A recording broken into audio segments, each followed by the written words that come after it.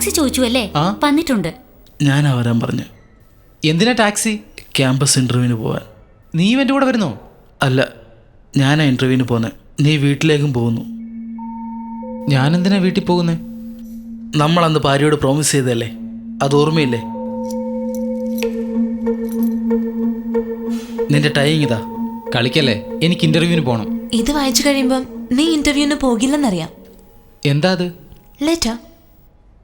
ഹംഗറിയിൽ നിന്ന് ഏതൊരു മാത്ത, ബെൻസ് മാത്ത, ഫോട്ടോഗ്രാഫറാണെന്ന്.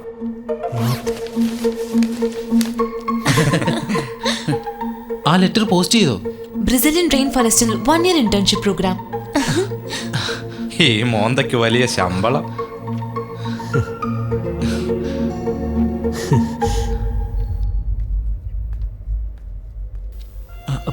അച്ഛൻ സമ്മതിക്കത്തില്ല. നീ പോണം.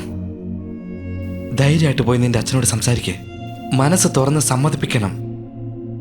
അത് പേടിച്ച് നീ ഇത് വിട്ടുകളഞ്ഞ മരണം വരെ മനസ്സിലെ ആഗ്രഹങ്ങൾ ചവറ്റുകൊട്ടയിലെറിഞ്ഞ് നീറി പുകഞ്ഞ് ജീവിക്കേണ്ടി വരൂടാ. എല്ലാ ലൈഫിലും ഒരു ഘട്ടത്തിൽ ഏതാണ് തിരഞ്ഞെടുക്കേണ്ടതെന്നുള്ള ഒരു അവസ്ഥ വന്നു ചേരാറുണ്ട്. ഒരു സൈഡിലേക്ക് പോയ ക്യാമ്പസ് ഇൻ്റർവ്യൂ, എൻജിനീയറിംഗ്, ബയോളോ, ഫാക്ടറി ജീവിതം. മറുവശത്തേക്ക് നോക്കുമ്പോൾ കാട്, മൃഗങ്ങൾ, ഫോട്ടോഗ്രാഫി. നിന്റെ ജീവിതം മാറി മറിയാൻ പോകുന്ന നിമിഷം ഇത് തന്നെയാണ്. ഇനി തീരുമാനിക്കണം.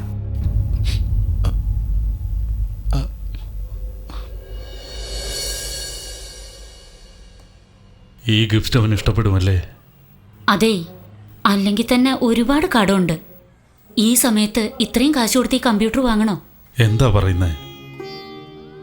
ഇന്നാ നമ്മുടെ മോന് ജോലി കിട്ടാൻ പോകുന്നത്. നമ്മുടെ ഒരുപാട് വർഷത്തെ സ്വപ്നങ്ങൾ യാഥാർത്ഥ്യമാകാൻ പോകുന്നു. ഈ സമയത്ത് പണത്തെക്കുറിച്ച് ഓർത്ത് വിഷമിക്കരുത്. മോനെ,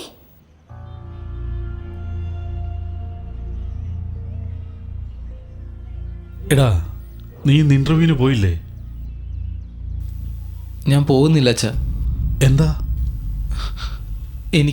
എനിക്ക് എഞ്ചിനീയർ ആകാൻ ഇഷ്ടമില്ല അച്ഛാ.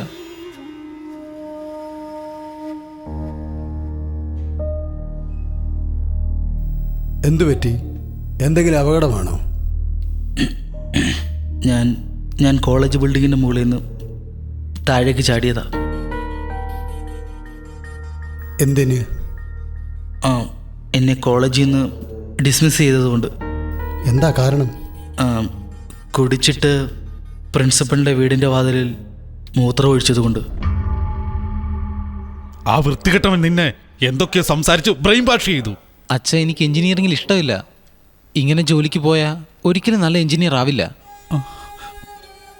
ഭാര്യയുടെ സിമ്പിൾ ബിലീഫ്, നിനക്കിഷ്ടമുള്ള ജോലി ചെയ്യ്. ഇഷ്ടപ്പെട്ട ജോലിക്ക് പോയി കഴിഞ്ഞാൽ സന്തോഷമായിട്ട് ജീവിക്കാൻ പറ്റുമെന്ന്. ആ കാട്ടിൽ പോയിട്ട് നീ എന്ത് സമ്പാദിക്കാനാ? സ്റ്റൈഫൻ വളരെ കുറവായിരിക്കും, പക്ഷെ പഠിക്കാൻ ഒരുപാടുണ്ടാവും അച്ഛാ. ഇനി 5 വർഷം കഴിഞ്ഞ് നിന്റെ കൂടെ പഠിച്ചവരെല്ലാം സ്വന്തം വീടും കാറും മേടിച്ച് സെറ്റിലാകൂടാ. പിന്നീട് നീ അതിന് ദുഃഖിക്കേണ്ടി വരും. ഞാൻ സന്തോഷിക്കും അച്ഛാ. ഞാൻ എഞ്ചിനീയർ ആയാലാണ് അച്ഛാ ലൈഫ് ലോങ് വിഷമിക്കാൻ പോകുന്നത്. എടാ, നാട്ടുകാർ നിന്നെ കളിയാക്കൂടാ. നിന്റെ മകൻ വലിയ എഞ്ചിനീയർ ആകുമെന്ന് നാട്ടുകാരെല്ലാവരും എന്നോട് പറഞ്ഞു. IEC നിന്റെ മകൻ പഠിക്കണമെങ്കിൽ വളരെ ഭാഗ്യം ചെയ്തവനായിരിക്കണമെന്ന് കൃഷ്ണമൂർത്തി അങ്കിൾ പറഞ്ഞു. ഇനി ഞാൻ അവരുടെ മുഖത്ത് എങ്ങനെ നോക്കുവടാ? കൃഷ്ണമൂർത്തി അങ്കിളല്ല അച്ഛാ എൻ്റെ റൂമിൽ AC വാങ്ങി വെച്ചത്. എൻ്റെ ഫീസെല്ലാം അടച്ച് എന്നെ പഠിപ്പിച്ചതും അവരല്ല അച്ഛാ. ചെറുപ്പത്തിൽ എന്നെ തോളിലെടുത്തുകൊണ്ട് നടന്ന് എന്നെ ഇവിടെല്ലാം ചുറ്റിക്കാണിച്ചത് കൃഷ്ണമൂർത്തി അങ്കിളല്ല. അതെല്ലാം ചെയ്തത് അച്ഛനാണ്. അച്ഛനെന്ത് വിചാരിക്കുന്നു എന്നുള്ളതാണ് എനിക്ക് മുഖ്യം. എന്തടാ, ഏതോ സിനിമ കണ്ടിട്ട് വന്ന് ഡയലോഗ് അടിക്കുവാണോ നീ? അയ്യോ, ദേഷ്യപ്പെടല്ലേ. അല്ലെങ്കിൽ തന്നെ അവൻ മനസ്സ് വിഷമിച്ചിരിക്കുക. പിന്നെ സെന്തിലിനെ പോലെ വല്ല അവിവേകം കാണിച്ചേക്കാം. ഞാനൊന്നും പറയാൻ പാടില്ല? ഞാനൊന്നും പറയുന്നില്ല, മിണ്ടാതിരുന്നോളാം. എന്തെങ്കിലും പറഞ്ഞാൽ സാർ മേളിൽ നിന്ന് താഴോട്ട് ചാടുവന്ന്. ഇല്ല അച്ഛാ, ഞാൻ ഒരിക്കലും അങ്ങനൊന്നും ചെയ്യില്ല അച്ഛാ, പ്രോമിസ്. അച്ഛാ, ഇങ്ങോട്ട് നോക്കച്ചാ. ഭാര്യ നിങ്ങളുടെ ഫോട്ടോ പേഴ്സിനകത്ത് വെച്ചിട്ട് എന്താ പറഞ്ഞതെന്നറിയോ? എന്നെങ്കിലും നിനക്ക് ആത്മഹത്യ ചെയ്യണമെന്ന് തോന്നിയ ഈ ഫോട്ടോ എടുത്ത് നോക്ക്. നിന്റെ ഡെഡ് ബോഡി കണ്ട ഇവരുടെ മുഖത്ത് ഈ ചിരി മായില്ലേന്ന് എന്നോട് ആലോചിച്ച് നോക്കാൻ പറഞ്ഞു അച്ഛാ.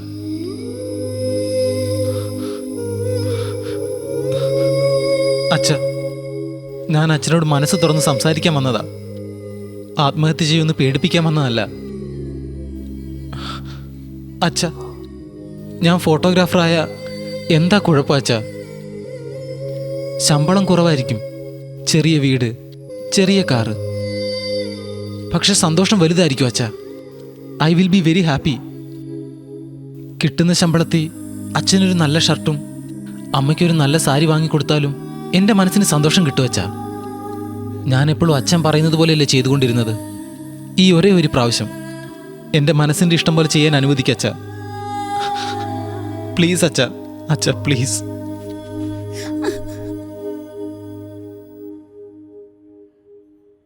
അച്ഛ പ്ലീസ് അച്ഛ.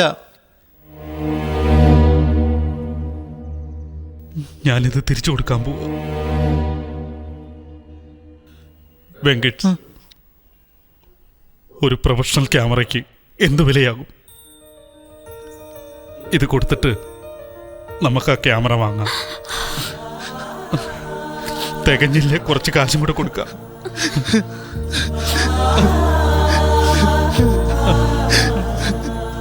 പോമോനെ,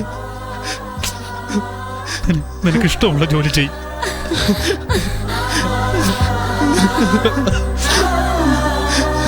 ദൈവം അനുഗ്രഹിക്കും. എല്ലാ സെമസ്റ്ററിലും മാർക്ക് കുറവാണല്ലോ, എന്തു പറ്റി? പേടിയായിരുന്നു sir.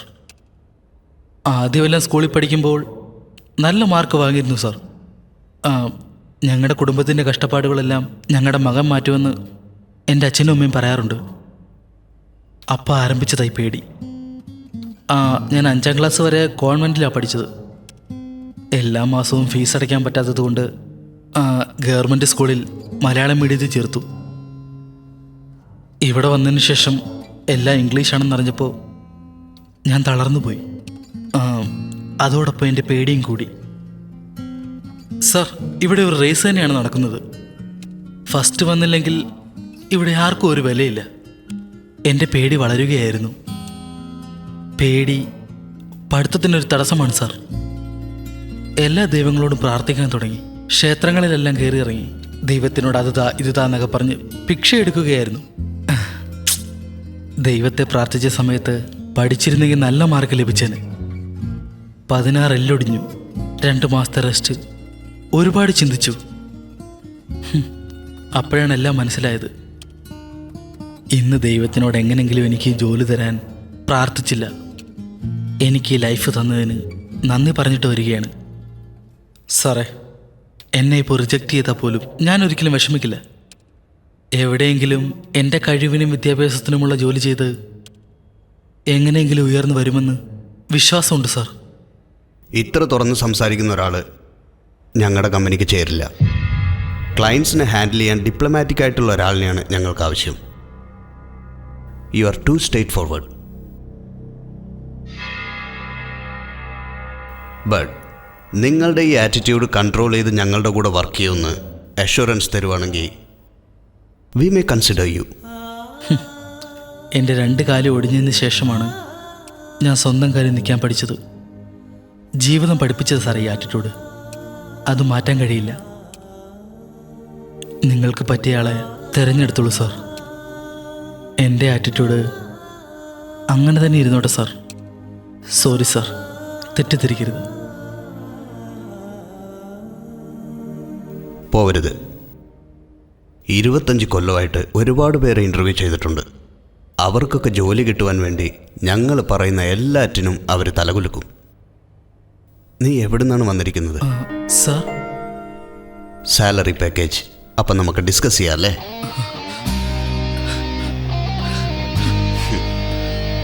Thank you sir. Thank you sir.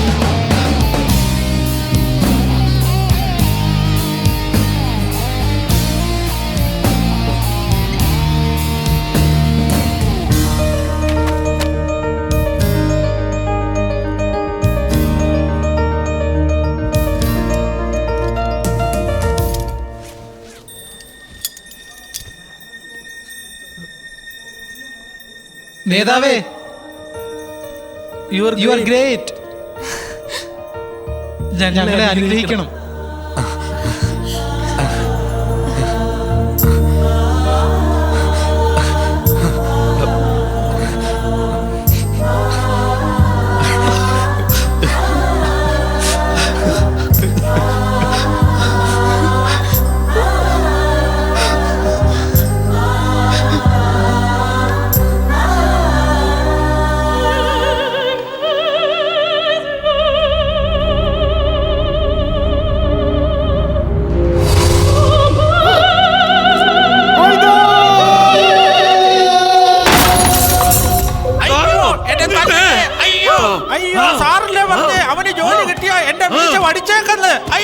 എന്നെ തല്ലല്ലേ.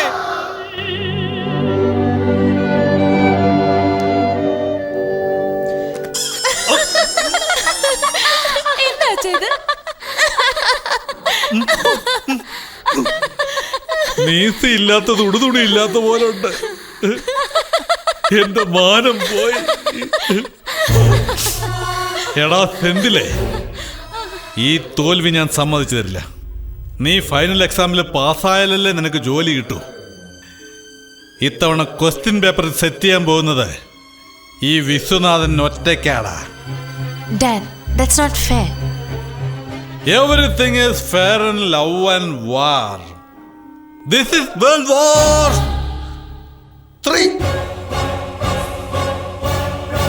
സെന്തിൽ, നീ സത്തുപോകും. ഏയ് മച്ചു. ഏയ് എന്താ ഈ സമയത്ത്?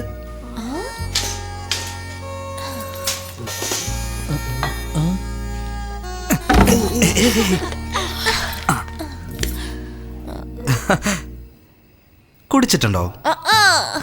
ജിന്നടിച്ചതാ, ലേഡീസ് ഡ്രിങ്ക്. നല്ല സൂപ്പർ കിക്ക്. കുറച്ച് ഓവറായിട്ട് അടിച്ചിട്ടുണ്ടല്ലേ?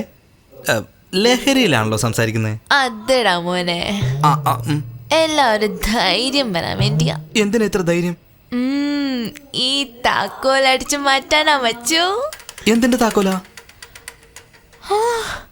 എന്റെ അച്ഛൻ വൈറസിന്റെ ഓഫീസ് ഡ്യൂപ്ലിക്കേറ്റ് താക്കോൽ. സെന്തിലിനെ തോപ്പിക്കാൻ തന്നെ വൈറസ് ഒരു ക്വസ്റ്റ്യൻ പേപ്പർ സെറ്റ് ചെയ്തിരിക്കുക. അതെല്ലാം സീലോട് കൂടെ, കവറെല്ലാം അവിടെയാവല്ലേ. പോയി അടിച്ചു മാറ്റ്. ചീറ്റിംഗ് അല്ലേ? തെറ്റാണ് കേട്ടോ. Everything is fair in love and war. Hey മച്ചു, എനിക്കൊരു സത്യം അറിയണം. കിസ് ചെയ്യുമ്പോ മൂക്കും മൂക്കും ഇടിക്കുമോ?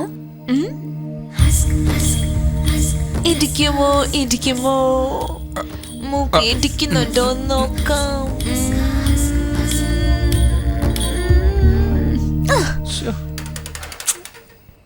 സിഗരറ്റ് ഉണ്ടോ മച്ചു?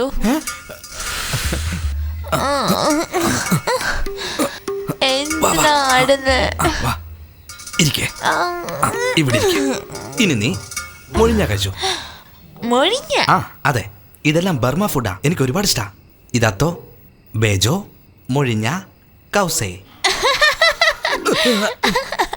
എടാ മച്ചുവേ, എന്ത് പേരാടാ ഇത്? അത്തോ, ബേജോ, മൊഴിഞ്ഞ, കൗസേ. ബർമ എന്നല്ല പറഞ്ഞ് തെലുഗു പുല്ലുണ്ടല്ലോ. അന്തേ, రోజు, എൻടി രാമറാവ്, മഹേഷ് ബാബു, കുഞ്ഞിക്കൂനൻ, കുഞ്ചാക്കോ ബോബൻ, പഞ്ചവൻ പാരിവേന്ദൻ. എന്ത് പേരാടാ ഇത്? പഞ്ചവൻ പാരിവേന്ദൻ. ഒരു സ്റ്റൈലും ഇല്ല. കല്യാണം കഴിഞ്ഞാൽ എന്റെ പേരിനൂടെ വെക്കത്തില്ല. റിയ, എന്തുവാ മച്ചോ? നമുക്ക് കല്യാണം കഴിക്കാൻ പറ്റില്ല. എന്താ നീ ചെയ്തു തീർക്കേണ്ട പ്രധാനപ്പെട്ട കാര്യമുണ്ടോ?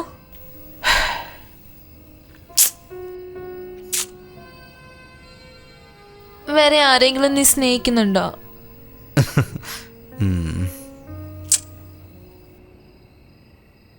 മോഹിനിയാ നീ?